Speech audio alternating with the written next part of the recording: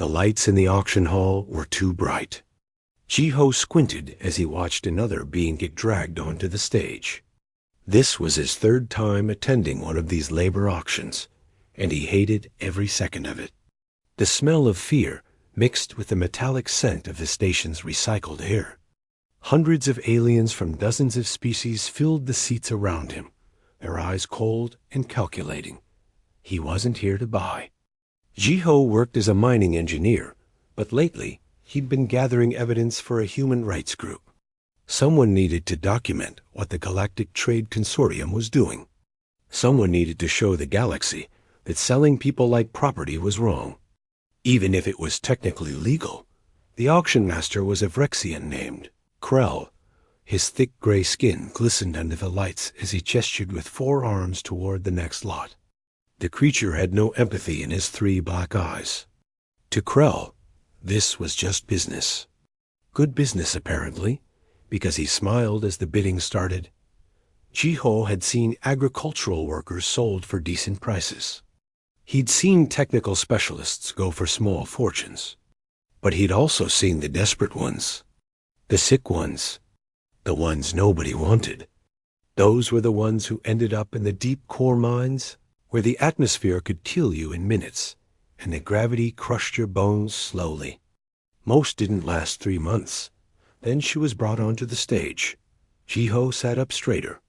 The alien woman was unlike anything he'd seen before.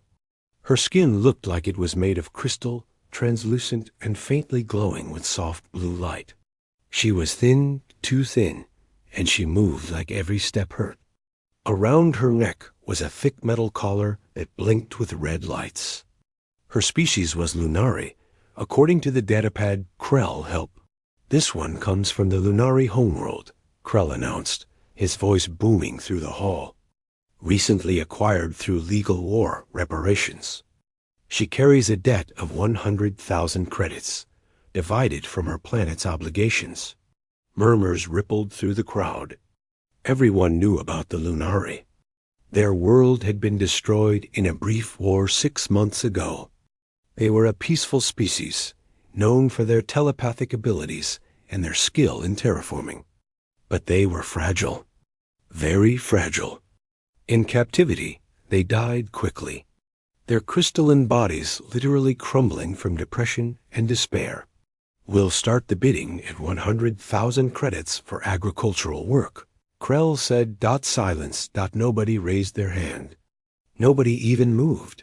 Krell's smile faded slightly. 90,000 credits. Still nothing.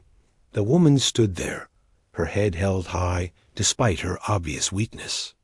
Jiho could see her eyes now. They were completely silver, like mirrors, and they stared out at the crowd with something that looked like defiance. She knew she was dying. She knew nobody wanted her. But she refused to break. 50,000, Krell tried, his voice losing some of its confidence. A few aliens shifted in their seats, but nobody bid. Jiho checked his datapad. Lunari were skilled terraformers, according to the public records. They could shape entire worlds, working with the natural systems of a planet to make it livable. The consortium had tried to use them for terraforming projects before, but it never worked. The Lunari would rather die than work for their conquerors. And they did die. Every single time. This woman was apparently the last one. The last Lunari in the entire galaxy. 10,000 credits, Krell said, and now he sounded annoyed. The woman swayed slightly on her feet. The collar around her neck was a neural dampener, Jiho realized. It was blocking her telepathic abilities, cutting her off from the one sense that defined her species. It was probably driving her insane. 1,000 credits. Krell was getting desperate now. The consortium had rules. If something didn't sell at auction, it had to be disposed of. Efficiently.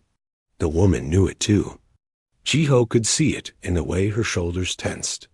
500 credits for industrial work. Nobody wanted industrial work either. Too many regulations. Too much oversight. 100 credits for mine assignment. The hall went completely quiet. Mine assignment was a death sentence. The Kordak's deep mines needed workers constantly, because workers constantly died there. The toxic atmosphere, the crushing gravity, the unstable tunnels. Humans could survive there for maybe 6 months with proper equipment. This fragile crystal woman would last weeks at best. 50 credits. Krell looked around the room, his expression dark. 10 credits. Jiho felt his chest tighten. He should leave. He should get up and walk out and write his report and move on with his life. He'd seen terrible things before. He couldn't save everyone, but those silver eyes found his across the crowded hall. Just for a second, their gazes met. The woman didn't plead. She didn't beg. She just looked at him with that same defiance, that same dignity, even as she stood on a stage being sold like a piece of equipment. 5 credits. Jiho's hands gripped the armrests of his seat. 1 credit for mine work, Krell announced flatly. 1 credit or she gets disposed of right now. Final offer. The hall waited. Somewhere someone laughed. The idea of buying anything for 1 credit was absurd. The idea of buying a dying alien for 1 credit was even more ridiculous. Jiho stood up. 1 credit, he said clearly. Every head in the auction hall turned to look at him. The laughter got louder. A human was buying a lunari for the price of a cheap drink. It was the funniest thing some of these aliens had seen all week. Krell blinked his 3 eyes in surprise, then shrugged. Sold to the human for 1 credit. Please proceed to registration. Jiho walked down to the front of the hall, aware of hundreds of eyes watching him. He could hear the whispers. Humans were known across the galaxy for being soft-hearted, for being stupid enough to care about things that didn't benefit them, for making irrational decisions based on emotion rather than logic. Right now, Jiho was proving every stereotype true. He paid his 1 credit at the registration desk. The consortium official processed the paperwork with barely concealed amusement. The contract was standard. The woman, whose name was listed as Valera, was now legally assigned to him for labor. He had the right to direct her work as he saw fit, as long as she worked. The contract didn't specify where or how, just that she had to be employed. Ho took the datapad with the contract and walked to where 2 guards held Valera by her arms. She was even thinner up close, her crystalline skin flickering weakly. The collar around her neck hummed with power, the neural dampener working overtime to suppress her abilities. Release her to me, Jiho said. The guard shoved her forward. She stumbled, and Jiho caught her arm. Her skin was warm, warmer than he expected, and he could feel a faint vibration running through her, like she was barely holding herself together. I'm Jiho, he said quietly. I'm not going to hurt you. Valera stared at him with those mirror eyes. She didn't speak. Maybe she couldn't, with the collar on. We're leaving, Jiho continued. You're not going to the mines. Neither am I. For the first time, something changed in her expression. Confusion, maybe. Or suspicion. She'd been betrayed by the galaxy enough times to know that kindness usually came with a price. Jiho guided her through the crowd, ignoring the stares and the laughter. Someone called out, "Hey, human, you got scammed." That one won't last a week. Jiho didn't respond. He just kept walking, supporting Valera as they made their way out of the auction hall. His ship was docked 3 levels down. If they could just get there, he could figure out what to do next. He had no plan. He'd just spent 1 credit to buy a dying alien woman, and now the consortium owned his contract on her labor. He'd probably just destroyed his career, and maybe his life. But when he looked down at Valera, still walking with her head high despite everything, he couldn't bring himself to regret it. Sometimes the right choice was the stupid choice. Sometimes being human meant doing something just because you could, because someone needed help, because it was right. Even if it cost everything, Jiho's ship wasn't much to look at. The Wanderer was a small contractor vessel, designed for one person and maybe a bit of cargo. The inside was cluttered with tools and equipment, mining samples and datapads. He'd never had a passenger before. Valera collapsed the moment they were inside. Her legs simply gave out, and she crumpled to the floor. Jiho caught her before her head hit the metal deck, easing her down gently. Up close, he could see cracks forming in her crystalline skin, thin lines that spread from her shoulders down her arms. Okay, Jiho muttered, mostly to himself. Let's get that collar off first. He'd worked with enough mining equipment to understand locking mechanisms. Neural dampeners used similar technology. It took him 15 minutes and 3 different tools, but finally the collar clicked open. He pulled it away from Valera's neck carefully. The effect was immediate and terrible. Valera's entire body went rigid. Her silver eyes rolled back, and she started shaking. Her mouth opened in a silent scream. Jiho realized what was happening. She'd been cut off from her telepathic senses for months, and now everything was flooding back at once. Every mind on the station, thousands of thoughts and emotions, all hitting her consciousness simultaneously. Soman. Jiho grabbed his communicator. Soman, I need you at my ship right now. Medical emergency. Jiho, what did you do? His friend's voice came through crackling with static. Just get here. Soman arrived 12 minutes later.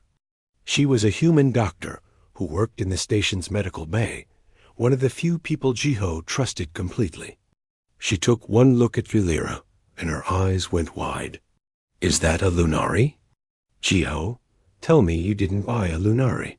1 credit, Jiho said. You idiot. But Soman was already kneeling beside Valera, pulling out her medical scanner. Her neural pathways are overloading. The collar suppressed everything for too long. Help me get her to the medical bay. They carried Valera to the ship's small medical area. Soman worked quickly, injecting something that made Valera's shaking slow down. After a few minutes, the Lunari woman's eyes closed and her breathing became more regular. She'll sleep for a few hours, Soman said, cleaning her tools. But Jiho, you need to understand something. Lunari biology is extremely delicate.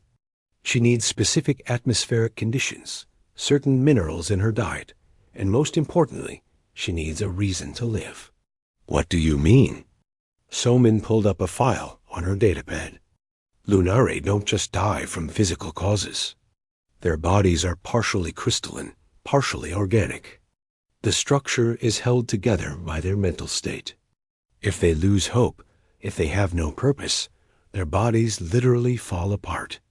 The crystal structure breaks down at a molecular level. Jiho looked at Valera's sleeping form.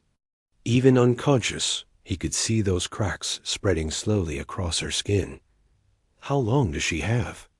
Days, maybe a week. Soman put a hand on his shoulder. I'm sorry.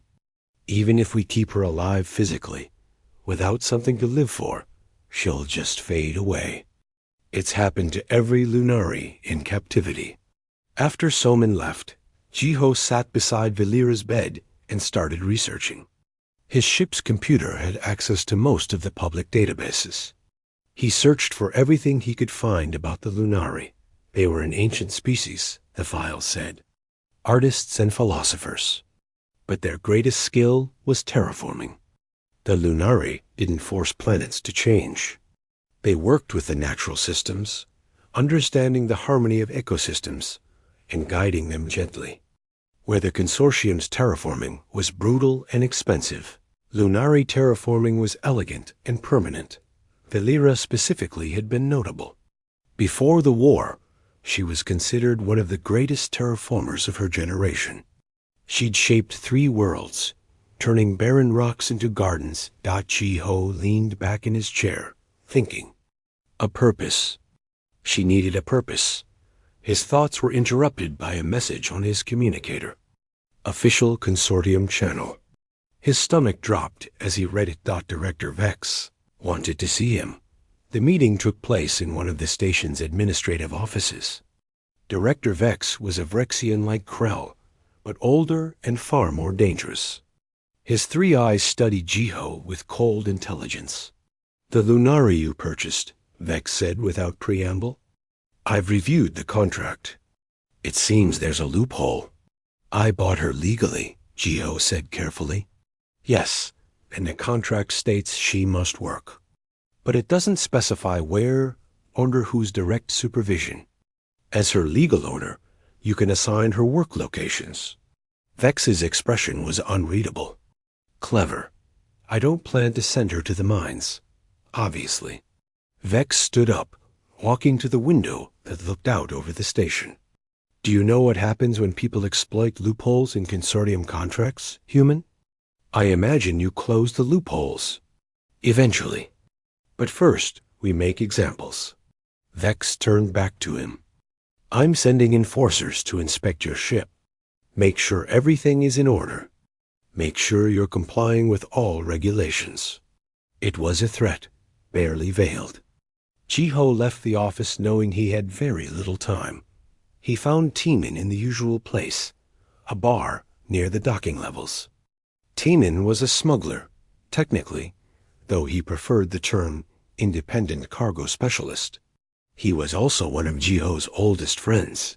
"I need a favor," Jiho said. Sliding into the seat across from him, Teeman looked up from his drink. "The last time you needed a favor, I ended up dodging consortium patrols for 3 weeks. This is bigger. Of course it is." But Teeman was listening. Jiho explained everything. The auction, Valera, the loophole, Vex's threats. When he finished, Teeman was quiet for a long moment.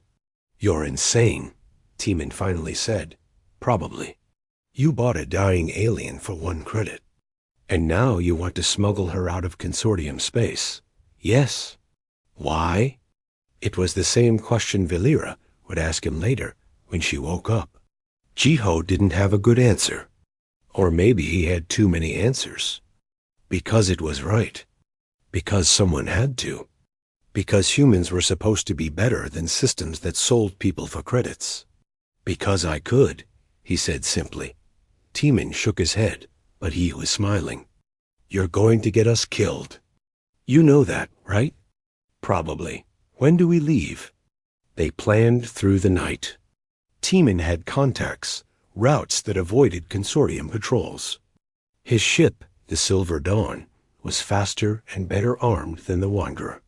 But they needed a distraction, something to keep Vex's enforcers busy while they escaped. Valera woke up during the planning session. Jiho heard movement in the medical bay and found her sitting up, those silver eyes focused and aware for the first time. "Why did you save me?" she asked. Her voice was soft, musical, with an accent he couldn't place. Jiho pulled up a chair. "Because I could. Because humans are idiots who can't leave well enough alone. And because everyone deserves a chance to choose their own fate. I have no fate left to choose." Valera looked down at her hands, at the cracks spreading through her crystalline skin. "My people are dead. My world is ash. I'm the last, and soon I'll be gone too. What if you weren't?"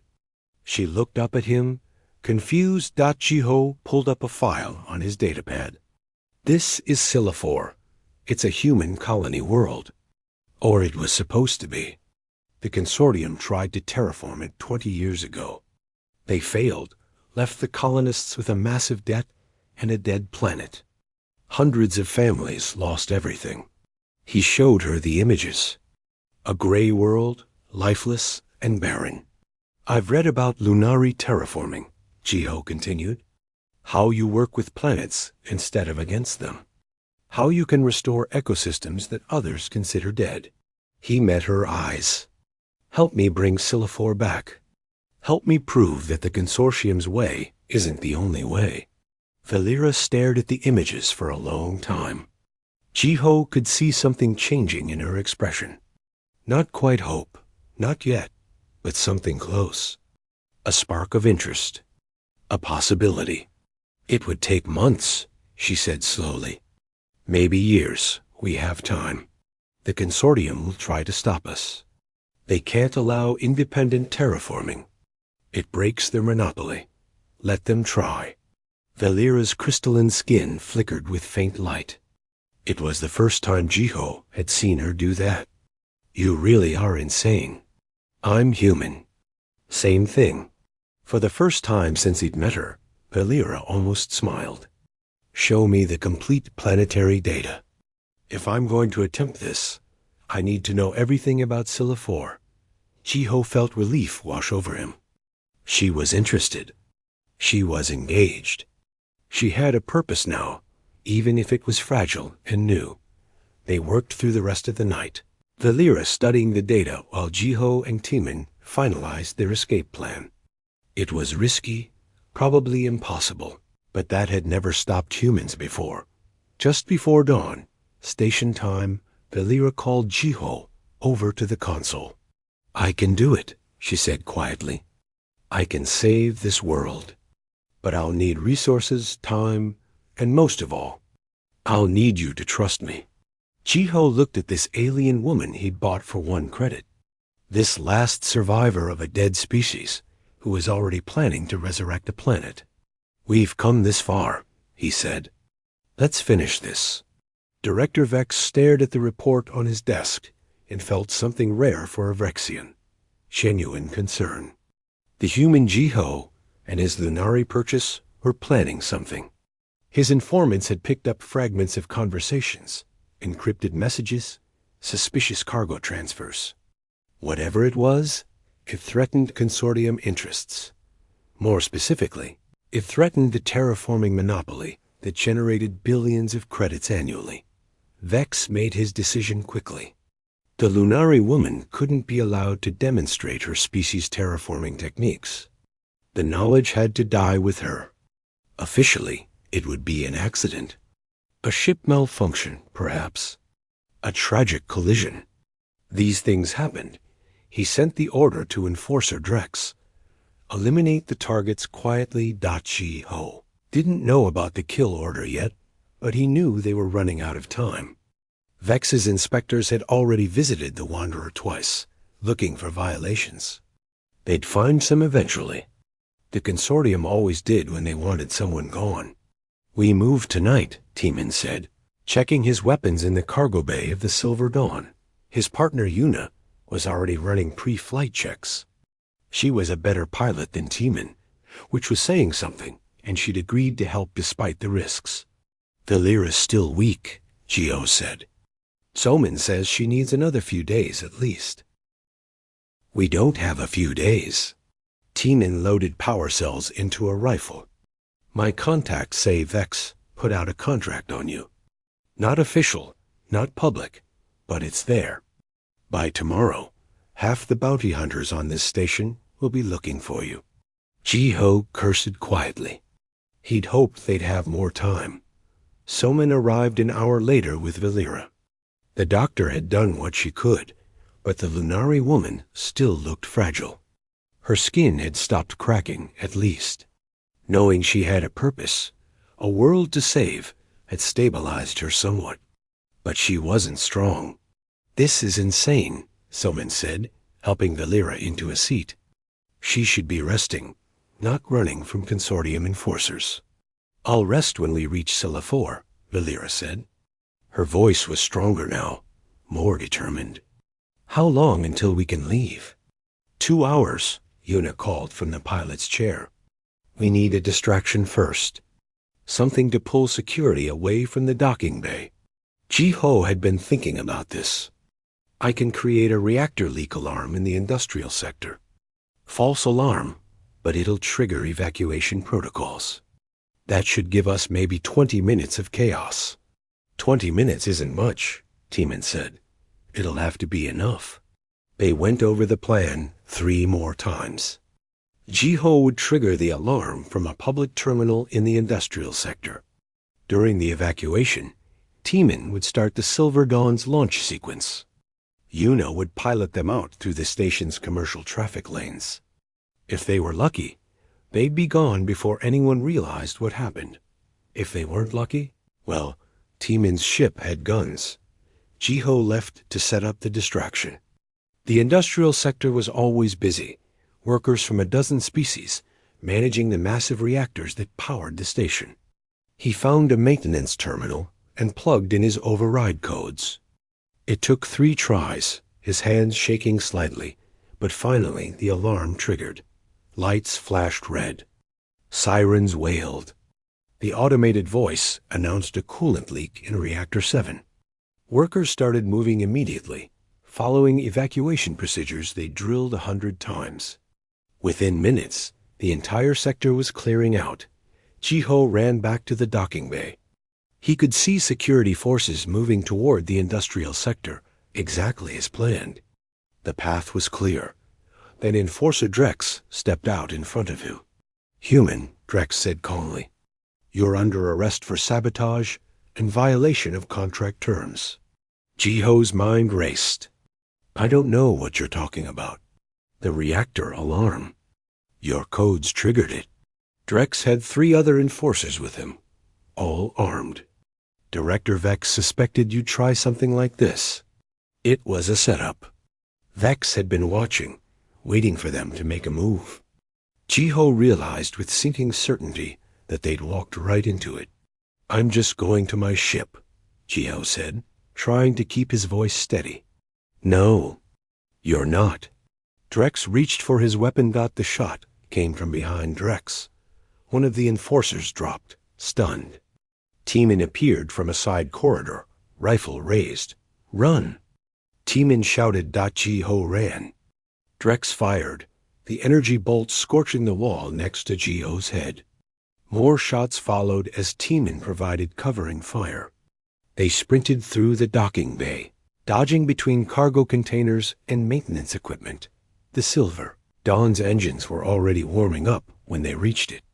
Yuna had the boarding ramp down. Jiho threw himself inside, Timon right behind him. The ramp closed as energy bolts hit the hull. "Go, go, go." Timon yelled. Yuna didn't need to be told twice. The ship lifted off, engines screaming. Through the view screen, Jiho could see Drex running back to his own ship. They had maybe a 2-minute head start. "They're launching pursuit ships," Valera said from the sensor station. Her telepathic abilities let her sense the intentions of the pilots before they even took off. 3 of them. "They're not trying to capture us. They're trying to kill us," Jiho finished grimly. The Silver Dawn shot out of the docking bay into open space. The Vraxis station hung behind them, a massive construct of metal and lights. Ahead was the asteroid field that surrounded the station, thousands of spinning rocks that made navigation treacherous. "I'm going into the field," Yuna announced. "Hold on." The ship dove into the asteroids. Yuna's hands moved across the controls with practiced ease, threading the Silver Dawn through gaps that looked impossibly small. Jiho gripped his seat as an asteroid the size of a building spun past, close enough to touch. Behind them, Drex's gunship followed. Energy weapons fired, the bolts lighting up the darkness. One shot hit their rear shield, and the ship shuddered. "Shield's at 80%, Timon reported. He was manning the weapon systems now. "I'm returning fire." The chase through the asteroid field became a deadly dance. Yuna would dive under a spinning rock. Drex would follow, and Timon would fire through the gap. The other 2 pursuit ships weren't as skilled. One clipped an asteroid and spun off, disabled. The second got caught between 2 colliding rocks and was crushed, but Drex was good. Very good. He stayed on them, his shots getting closer each time. "Shield's at 40%, Timon called out. "We can't take many more hits." Jiho looked at Valera. She was concentrating hard, her silver eyes closed. "Can you sense them? The pilots?" "Yes," she said quietly. "I can feel their minds. Their determination to destroy us. Can you do anything about it? The neural dampener damaged my abilities. I can sense, but I can't project strongly. She opened her eyes. But I can try.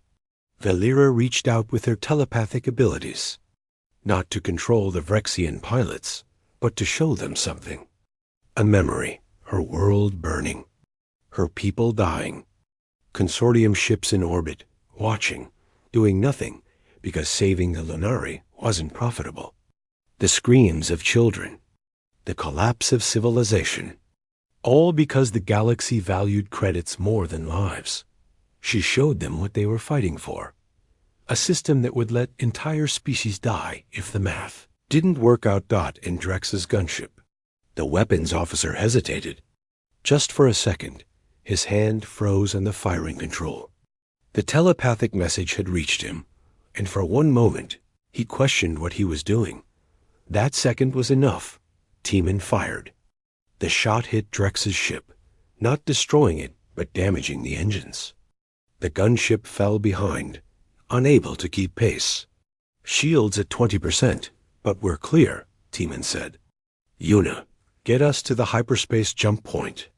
Yuna pushed the engines to maximum. The asteroids thinned out as they left the field. Ahead was open space and the shimmer of hyperspace lanes. Jump calculated, Yuna announced. Destination Scylla 4, engaging in 3, 2, 1. The stars stretched, and the Silver Dawn leaped into hyperspace. Behind them, Vrax's station and Drex's damaged ship faded into nothing. Jiho slumped in his seat, exhausted. They'd made it. Barely. Valera looked pale, the effort of using her telepathy having drained her. I showed him the truth, she said softly. That enforcer. I showed him what the consortium really is. Do you think it'll change anything? Jiho asked. Maybe. Maybe not. But he'll remember. She looked at the view screen, where hyperspace created patterns of impossible light. One person remembering is how change begins. Teeman came back from the weapons station, wiping sweat from his face. We should reach Scylla 4 in about 6 hours. But you all need to know something. Everyone looked at him. Before we left, I got a message from a contact in the Galactic Council. The consortium filed formal charges against us. Piracy, theft of property, sabotage. There's a bounty now. Official this time. How much? Jiho asked. 50,000 credits for Valera. 20,000 for you. 10,000 each for me and Yuna. Yuna whistled. I'm almost insulted. I'm worth the least. But Jiho wasn't laughing. 50,000 credits was serious money. Half the mercenaries in the galaxy would be looking for them now. There's more, Teeman continued. I also got a message from Counselor Suji. She's a human representative to the Galactic Council. She says she's watching the situation. If we can prove that independent terraforming works, if we can show that the consortium's monopoly isn't necessary, it could change everything. But we have to succeed. No pressure. Yuna muttered. Valera stood up, steadying herself against the console. Through the view screen, she could see the hyperspace tunnel rushing past. Somewhere at the end of it was Scylla 4, a dead world. Her chance at redemption. I need to prepare, she said. Jiho, I'll need the complete geological surveys, atmospheric readings, everything about Scylla 4. I have 6 hours to create a terraforming plan that usually takes months. Can you do it? Jiho asked. Valera's skin flickered with light, that strange luminescence that meant she was thinking hard. I don't know, but I'm going to try. That's what humans do, isn't it? Try impossible things just to see if they can? Jiho smiled. Yeah, that's exactly what we do. The Silver Dawn continued through hyperspace, carrying 4 fugitives and 1 impossible dream toward a dead world that might just come back to life. Scylla 4 looked worse in person than in the pictures. Jiho stared at the view screen as the Silver Dawn entered orbit, and his heart sank. The planet was gray and brown, with no blue oceans or green landmasses. Toxic clouds swirled through the atmosphere. The whole world looked dead. "This is what the consortium left behind," Valera said quietly, standing beside him. "They tried to force the planet to change too quickly. Pumped chemicals into the atmosphere, seeded it with organisms that weren't compatible with the native geology. When it didn't work fast enough, when the profit margins fell, they just abandoned it. Can you really fix this?" Jiho asked. Valera was silent for a long moment. "I don't know, but I'm going to try." They landed near the old colony settlement. The buildings were still there, empty and falling apart. The colonists had left 20 years ago when it became clear the terraforming had failed. Some equipment remained, rusted and broken. Yuna stayed with the ship while Jiho, Timan, and Valera explored. The atmosphere was breathable with filters, barely. The gravity was slightly higher than Earth standard, enough to make every step feel heavy. Wind blew dust across the gray landscape, and nothing grew anywhere. "This place is depressing," Timan said, his voice muffled by his breathing mask. Valera knelt down and put her hand on the ground. Her crystalline skin glowed faintly. "The planet isn't dead," she said. "It's sleeping, wounded. The consortium's chemicals poisoned the soil and the water, but deep down there are still native organisms. Still potential." Over the next few days, others began to arrive. Word had spread through human networks about what Jiho was trying to do. A man bought an alien for 1 credit and was now trying to resurrect a failed colony world. It was crazy. It was impossible. It was exactly the kind of story that attracted certain kinds of people. Do-Yoon was the first. He was older, maybe 60, with gray in his hair and sadness in his eyes. He landed his small ship and walked straight to where Jiho was helping Valera set up equipment. "I was a colonist here," Do-Yoon said without introduction. 23 years ago, I brought my family to Silifor. We invested everything we had. When the terraforming failed, we lost it all. My wife got sick from the toxic air. She didn't make it. I'm sorry," Jiho said. "Don't be sorry. Just make this work." Do-Yoon looked at the gray landscape. "I want to see this world live. I want to see what it was supposed to be." He had engineering experience and knowledge of the old colony infrastructure. Things the consortium had left behind that might still be useful. 2 days later, Nari arrived. She was a xenobiologist, a specialist in cross-species environmental adaptation. Young, eager, and brilliant. She'd heard about Valera and the Lunari terraforming techniques. "If this works, it'll change everything," Nari said, already scanning the soil samples Valera had collected. "The consortium charges millions for terraforming projects. But if we can document a successful independent effort using Lunari methods, it proves their monopoly isn't necessary." The team grew slowly. A few more humans, each bringing different skills. None of them had much money. None of them had official backing.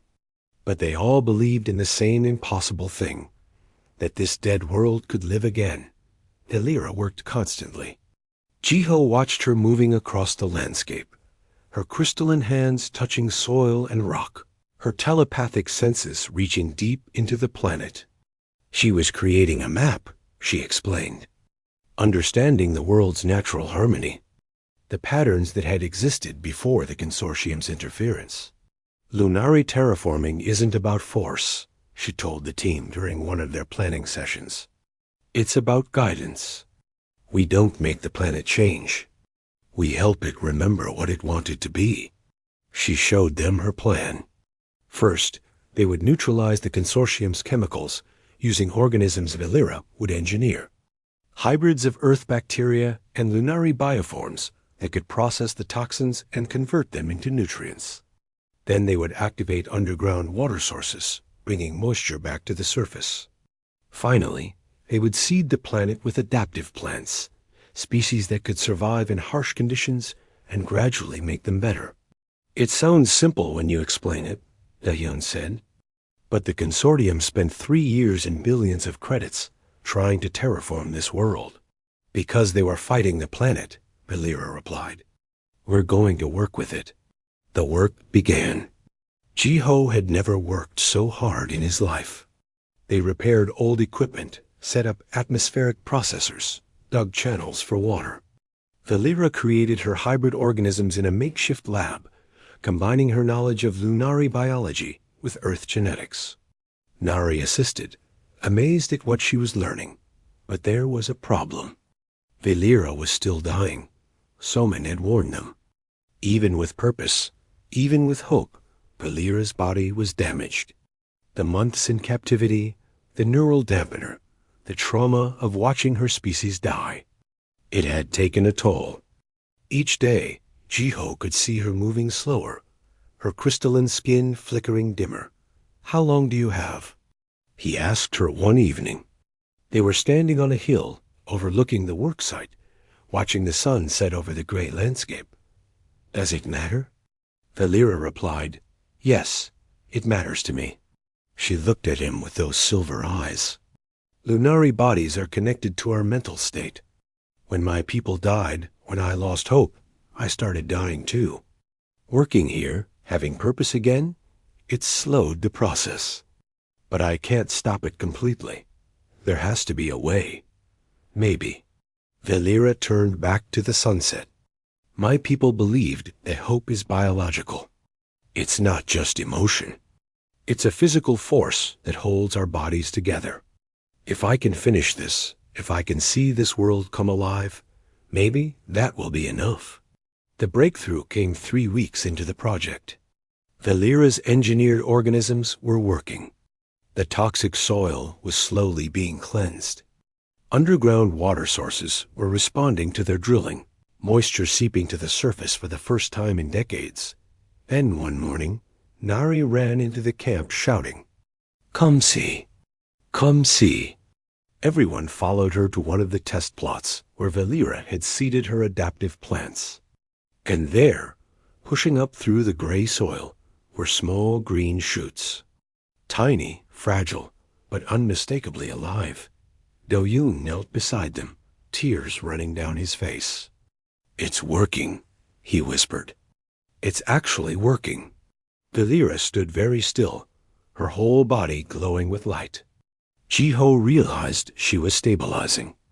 The hope wasn't just emotional anymore. It was real, measurable. The planet was responding. That's when the consortium arrived. Director Vex's fleet dropped out of hyperspace without warning. 15 ships, including 3 heavy cruisers. They surrounded the planet, blocking any escape. Vex's message was broadcast on all channels.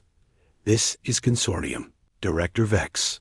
The illegal terraforming operation on Scylla 4 is hereby ordered to cease. You have 24 hours to surrender all personnel and technology. Failure to comply will result in forced extraction. Ji-ho watched the ships on the scanner, his mind racing. They were trapped. The consortium had them completely surrounded. Can we fight? Teeman asked, though his tone suggested he already knew the answer. Against 15 ships? Yuna shook her head. We'd last maybe 5 minutes. We can't let them stop us, Do-yoon said fiercely. Not now. Not when it's finally working. Valera was quiet, staring at the scanner. Then she said, How long would it take to complete the initial cascade? What? Nari looked confused. If we push everything, activate all our prepared organisms at once, accelerate the water distribution, how long until the planet's ecosystem becomes self-sustaining? Nari calculated quickly. 3 days, maybe 4. But that's risky. We haven't tested all the interactions. Things could go wrong. Things are already wrong, Valera said, gesturing at the fleet in orbit. But if we can prove the terraforming works, if we can show the galaxy that independent efforts succeed, the consortium loses their justification for the monopoly. Jiho understood. It wasn't just about saving Scylla 4 anymore. It was about breaking the system. Can you do it? He asked Valera. Can you complete the cascade in 3 days? I need 5, Valera said firmly. 3 days to cascade, 2 days to stabilize. After that, the planet will heal itself. Slowly, but inevitably. Jiho looked at the consortium fleet on the scanner. Then we need to buy you 5 days. How? Tiemann asked. They gave us 24 hours. Then we'll use politics. Jiho opened a communication channel. Get me Ambassador Suji, and someone get me Elder Cross. Elder Cross was the leader of a neutral alien species, one that had no ties to the consortium. He'd been watching the situation at Scylla 4 with interest. When Jiho's message reached him, he arrived within hours, his ship dropping into orbit near the consortium fleet. This is interesting, Cross said over the communication link. His species was ancient, patient, and respected throughout the galaxy. A human attempting independent terraforming with Lunari techniques. Director Vex, I invoke the right of transformation. Jiho had researched this. The right of transformation was an old galactic law. If someone could prove they could terraform a world successfully, they had the right to complete the work without interference. It was a law the consortium usually controlled through bureaucracy and legal challenges. But with Elder Cross witnessing, and the whole galaxy watching, Vex couldn't simply ignore it. This is an illegal operation, Vex responded. Prove it, Cross said mildly. Show me the law that forbids independent terraforming. I'll wait. There was no such law. The consortium's monopoly was based on practical control, not legal prohibition. Ambassador Suji joined the conversation from the Galactic Council chambers, her transmission being recorded and broadcast. The Galactic Council is watching this situation closely. Any use of force against a peaceful terraforming effort would be considered an act of aggression. Vex was trapped. He could attack, but it would expose the consortium's true nature. The whole galaxy was watching now. You have 5 days, Vex finally said. 5 days to prove your terraforming works. If you fail, this entire operation is forfeit. The communication cut off. Jiho turned to Valera. You heard him. 5 days. Valera's skin was glowing brightly now, brighter than Jiho had ever seen. Then let's show them what Lunari terraforming can really do. The first day was chaos. Valera activated everything at once. The hybrid organisms spread across the planet's surface, processing toxins and releasing nutrients. Underground water systems were triggered, sending moisture flowing through channels that hadn't been used in millions of years. The atmosphere began to shift as the organisms started converting the poisonous gases into breathable air. Jiho and the team worked without sleeping. They monitored systems, adjusted flows, corrected problems as they appeared. Tiemann and Yuna kept watch on the consortium fleet, which hung in orbit like a threat dot by the second day. Changes were visible from space. The brown atmosphere was starting to clear. Small patches of green appeared on the gray surface. It was working, faster than anyone had expected. But Valera was fading. The effort of coordinating the entire planetary transformation was destroying her. Her crystalline skin had gone pale, and cracks were spreading again. She could barely stand, but she refused to rest. Just 3 more days, she told Jiho when he tried to make her stop. I can last 3 more days. On the 3rd day, something unexpected happened. Ships started arriving. Not consortium ships, but vessels from dozens of different species. They came to witness what was happening. Some were scientists, some were journalists, some were just curious. Word had spread across the galaxy about the human who bought an alien for 1 credit and was now challenging the consortium's terraforming monopoly. Elder Cross's ship remained in orbit, observing everything. His presence kept the consortium from interfering, but Jiho knew Vex was looking for any excuse to attack. That excuse almost came on the fourth day. One of Valera's engineered organisms mutated. It started reproducing too fast, consuming nutrients that were needed elsewhere. Part of the southern continent began to turn black as the organism spread out of control. "We have to stop it," Nari said urgently. "If it spreads across the whole planet, it'll consume everything we've built." Valera was barely conscious, her body flickering like a dying light.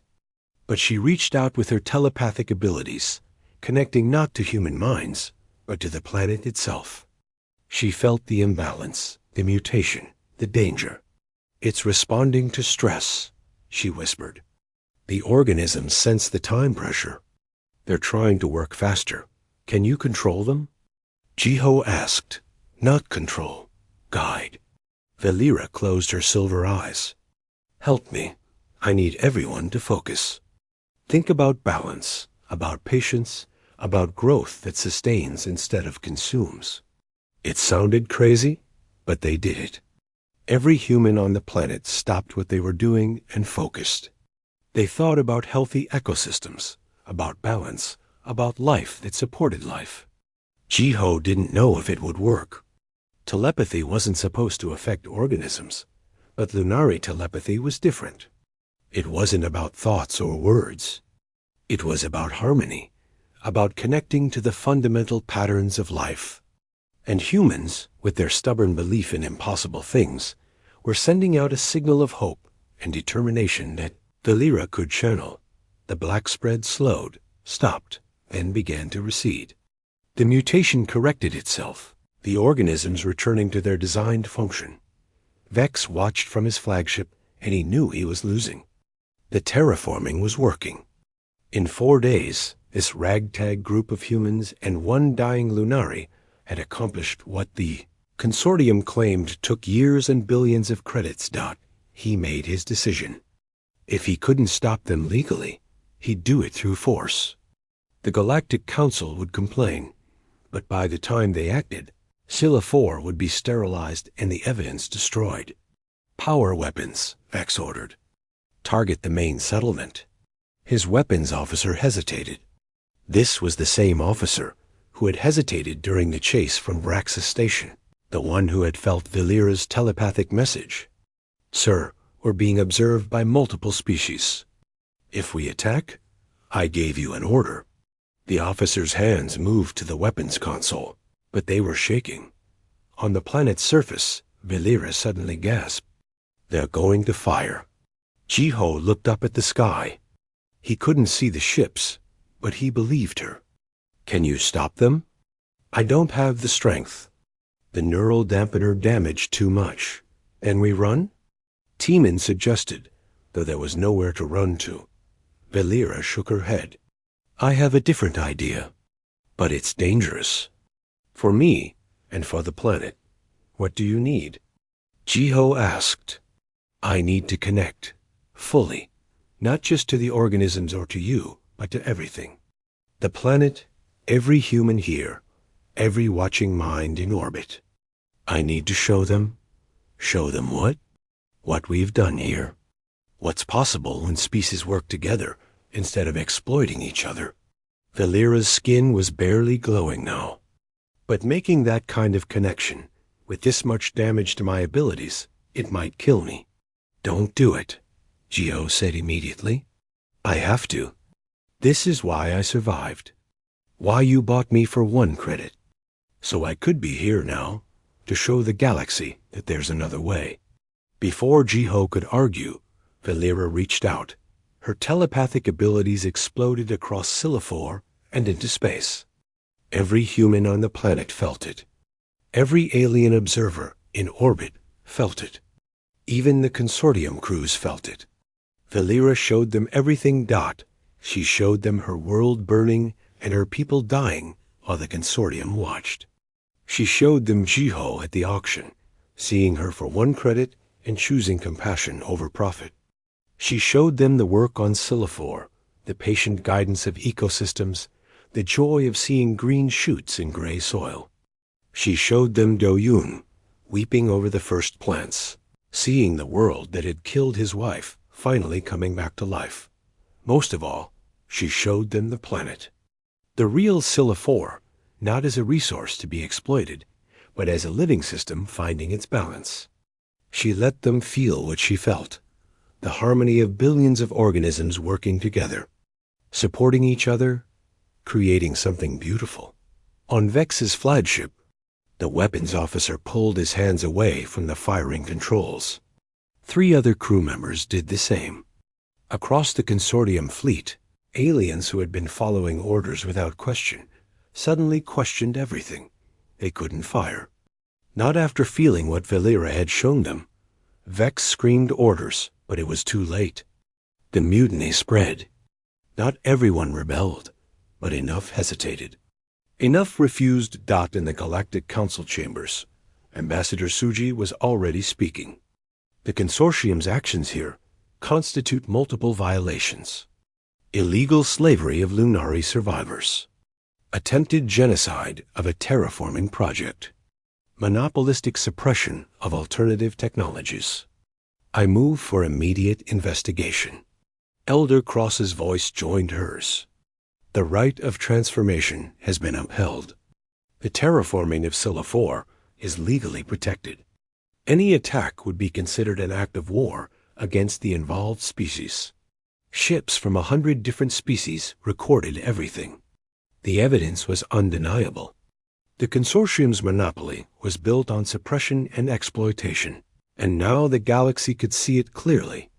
Vex had lost. His fleet retreated, but slowly, and everyone knew this wasn't over. The consortium didn't forgive. They would try again, more carefully next time. But for now, Scylla 4 was safe. On the planet's surface, Valera collapsed. Jiho caught her before she hit the ground.